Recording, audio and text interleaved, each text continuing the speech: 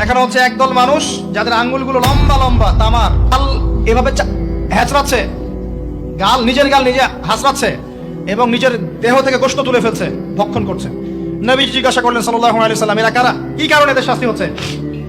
তাকে বলা হলো, এরা আপনার উম্মতের সেই সব ব্যক্তি যারা সবসময় গীবত আর সমালোচনায় ব্যস্ত থাকে। এবার নবীজি দেখছেন এক শ্রেণীর মানুষ, পেট এইরকম ফোলা, অট্টালিকার মতো পেট ফোলা, আর ভিতরে সাপ কিলবিল করছে এবং এদেরকে রক্তের নদীতে ফেলে মাথাটা ফাটিয়ে দেওয়া হচ্ছে।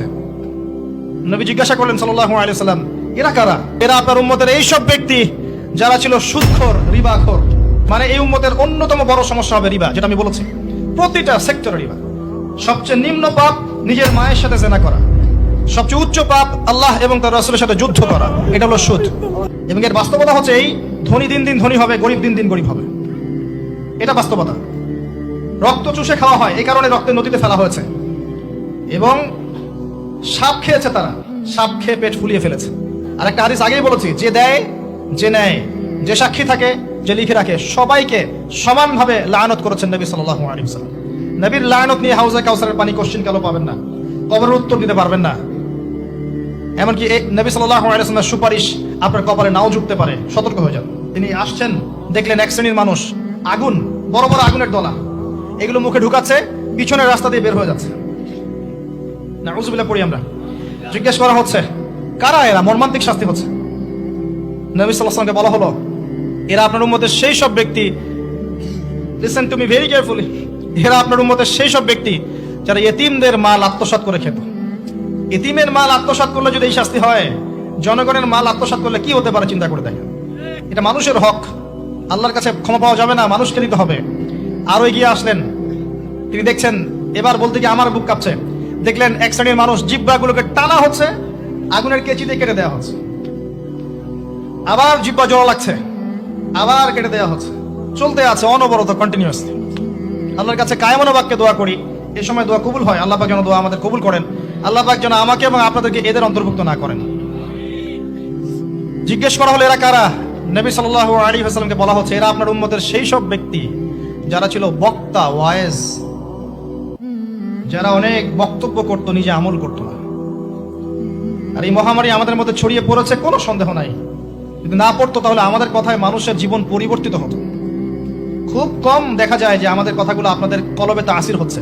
তাসির তখন হবে যখন আমার মধ্যে আমলটা থাকবে। জানা অনুযায়ী আমল না থাকলে এই অবস্থা হবে। আল্লাহ পাক আমাদেরকে হেফাজত করুন, আল্লাহ পাক আমাকে এবং আপনাদের সবাইকে হেফাজত করুন, আমিন।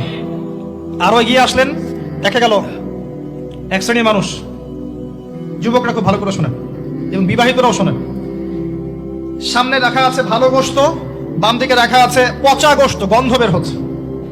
তারা এই পচা গোশত তুলে তুলে খাচ্ছে, গোগ্রাসে খাচ্ছে, ভালো গোশতের দিকে ভ্রুক্ষেপও করছে না। অবাক হয়ে নবী সাল্লাল্লাহু আলাইহি ওয়াসাল্লাম জিজ্ঞাসা করছেন, এরা কারা? তাকে বলা হচ্ছে, এরা আপনার উম্মতের সেই সব ব্যক্তি যাদের ঘরে পবিত্র স্বামী ছিল, বাইরে অন্য পরপুরুষের সাথে প্রেম করেছে, যাদের ঘরে পবিত্র স্ত্রী ছিল, বাইরে পরকিয়া করেছে।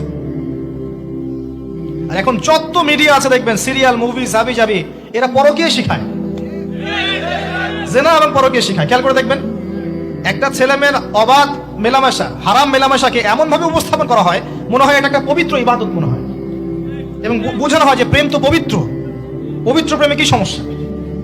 আরে প্রেম পবিত্র তখন যখন আমি আমার স্ত্রীর সাথে প্রেম করব। গোশত খাচ্ছে, পচা গোশত। আর একটা বলি, ঠিক এরপরে নবী সাল্লাল্লাহু আলাইহি ওয়াসাল্লাম দেখলেন একটা চুলা দেখলেন, চুলার নিচের দিকটা হচ্ছে প্রশস্ত, মাথাটা সংকীর্ণ এরকম, মানে তন্দুর রুটি ভাজে, দেখেছেন রুটি যে ভিতরে দেয় একটা এরকম গোল চুলা থাকে, সামথিং লাইক দ্যাট। নিচে দাউ দাউ করে আগুন জ্বলছে, আর এখানে কিছু মানুষকে জ্বালানো হচ্ছে। যখন নিচ থেকে আগুন এরকম করে আসছে, তখন এরা আগুনের তাপে উতলে উঠছে, আগুন নিচে নেমে যাচ্ছে, এরা আবার আস্তে আস্তে নিচে নেমে যাচ্ছে। এভাবেই হাদিসে ব্যাখ্যা করা আছে। নবী সাল্লাল্লাহু আলাইহি ওয়াসাল্লাম জিজ্ঞাসা করলেন, এরা কারা? বলা হলো, এরা আপনার উম্মতের সেই সব ব্যক্তি যারা জেনায় লিপ্ত ছিল। তিনি আরো এগিয়ে গেলেন, জেনা সম্পর্কে কয়েকটা হাদিস এসেছে। তিনি এগিয়ে গেলেন, দেখলেন একটা জায়গা যেখান থেকে দুর্গন্ধ বের হচ্ছে, পাবলিক টয়লেটের চেয়ে প্রকট দুর্গন্ধ, মনে হচ্ছে পাবলিক টয়লেট। নবী জিজ্ঞাসা করলেন সাল্লাল্লাহু আলাইহি ওয়াসাল্লাম, কোন জায়গা থেকে এরকম দুর্গন্ধ আসছে? তিনি বলেন, এটা হচ্ছে জেনাকার, এবং জেনাকারীদেরকে আযাব দেওয়া হচ্ছে, ওদের রক্ত মাংসের পুজের গন্ধ এগুলো। দেখলেন এক শ্রেণীর মানুষকে একটা শরবত খাওয়ানো হচ্ছে, শরবত জাহান্নামীদের রক্ত মাংস পুজের নির্মিত। তার নাম হচ্ছে তিনাতে খাবাল। কি নাম? তিনাতে খাবাল। কাদেরকে খাওয়ানো হচ্ছে? যারা এই উম্মতের মাদক সেবন করতে, এদেরকে খাওয়ানো হচ্ছে। আমি আপনাকে একটু পিছনে নিয়ে যাই।